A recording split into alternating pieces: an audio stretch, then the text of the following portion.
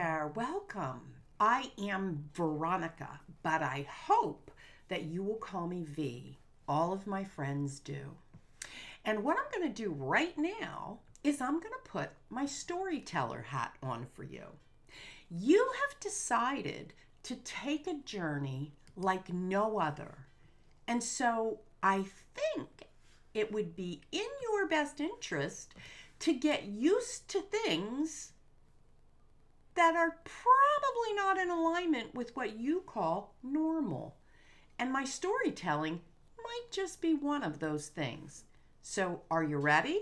Grab your popcorn, get your coffee. You know I love my coffee. And let's listen to this story. Once upon a time, there was a little girl who was born in New Jersey. And she was born into all of this chaos and drama. And she spent the first 40 years of her life trying to get out of it. But somehow it was like flies stuck on flypaper. She couldn't get away from anything that she was born into, or so she thought. One day, she went to find a permanent solution. She just didn't want to be human anymore. And this is where the story gets very interesting. She had a divine intervention of the angelic kind. As she went to take her life, it was very obvious that the angels intervened and stopped her from taking the final end. And it never, ever was looked back on. The angels saved her, and they made her promise that she would become a storyteller. A storyteller of her story and a storyteller of possibilities. So, if you haven't figured it out yet, I'm that girl from New Jersey. I am currently 58 years old. That was a real life situation. I was 36. And I've never looked back. And I'm going to tell you a story based on, well, me. But here's what I want from you. I want you to notice, point out to yourself the places you can see yourself in. Because I don't think this is just my story. I think if you're open to it, it's probably part of your story. So this little girl struggled to fit in constantly. She was scared of every little thing and constantly played the story over and over about how she wasn't good enough, smart enough, or pretty enough. She wasn't like the other girls, not in any way. Very early on, she was told that she wasn't very pretty and that she should never think about being a model. And she also was told that she wasn't very smart and that college would probably never be an option for her. You see, this story was one that was written for her, not by her. But like most people, she found comfort in the familiar, in the story that she was born into. She trusted the people that told her the story. She found herself closing off, not getting close to anyone. She carried her BS, her belief systems, around everywhere she went. She would use the filter of her belief systems to make her world. She willingly and almost effortlessly played the victim. She was a blamer. As time went on, she struggled more and more to quiet her mind. Random thoughts of guilt, shame, unworthiness haunted her. She was living in a hell. She was torturing herself.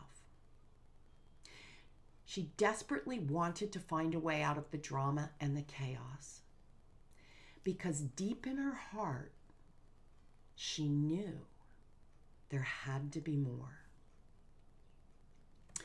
Over time, she began to live more and more in her imagination. Not in a disconnected way, but in a very creative way. At first, it was protection, and then it became her play date. She would open up to beautiful images and feelings that would eventually guide her to places inside of herself that held the key to her freedom. She rolled up her sleeves and courageously took the journey to find that stillness, that calmness that the inner voice can bring. Later, she would understand that inner voice to be her intuition. Spoiler alert, she realized that her intuition was always at work within her. But the outside noise blocked it out.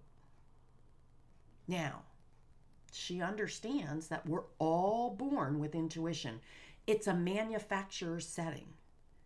It's not like some people get it and some people don't.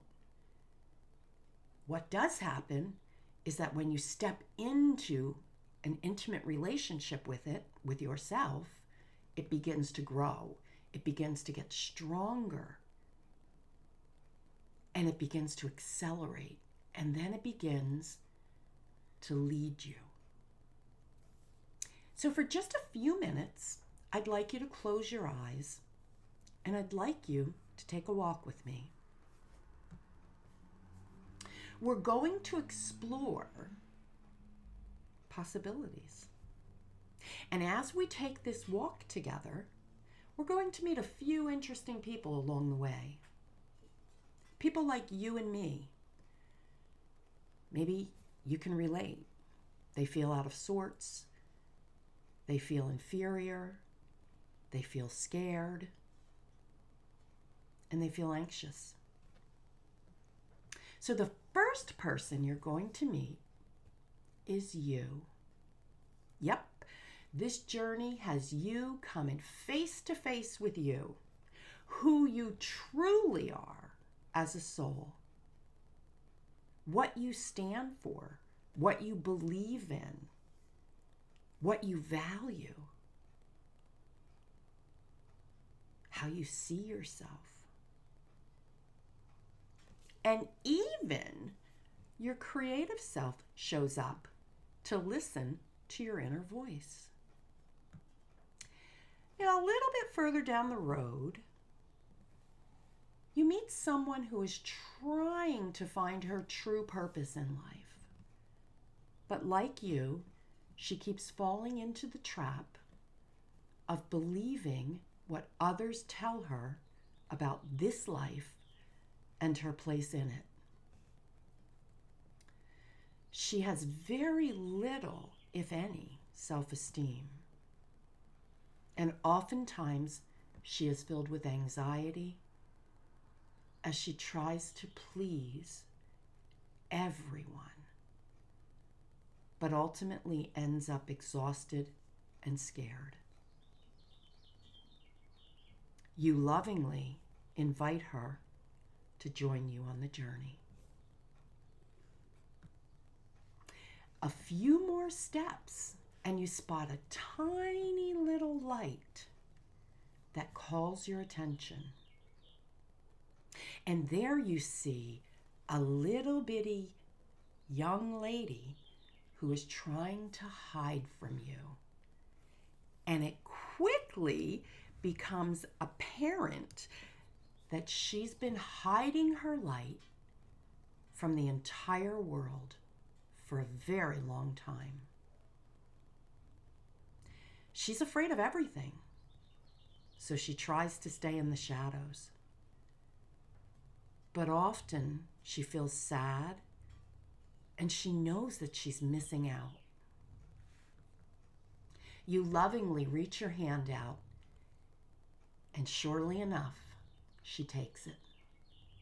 Instantly, there is a familiar knowing, a sense of belonging, a feeling of being safe. She also joins you. The three of you join arms and skip together down this beautiful road of possibilities.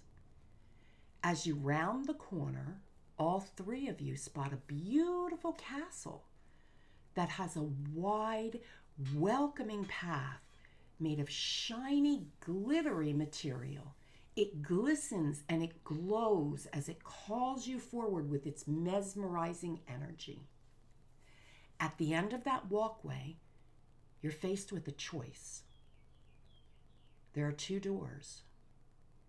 Which door will you enter?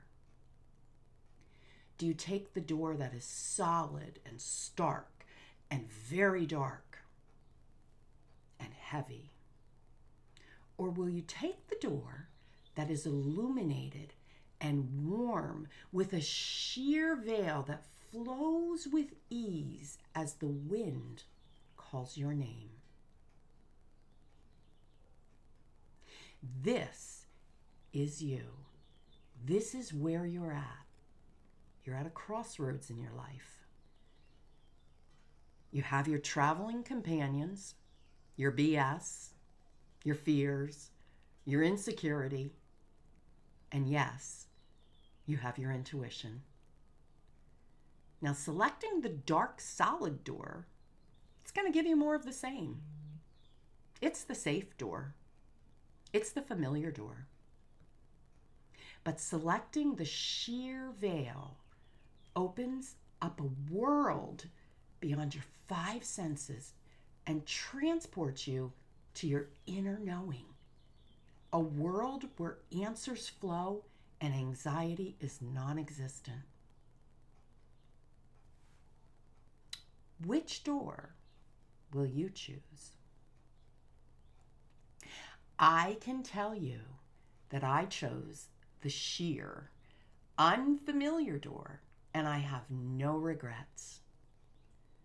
I have lived my life as if everything were possible, and that is because I fully rely on my intuition. Now, you know, I'm the girl from New Jersey. You know that I was the girl taking the journey with you. You know that I was an overthinker. You know that I never felt worthy enough, good enough, beautiful enough. I never felt those things. But when I chose the sheer door, I stepped in to all kinds of possibilities. And this, my friend, is waiting for you. Will you take my hand?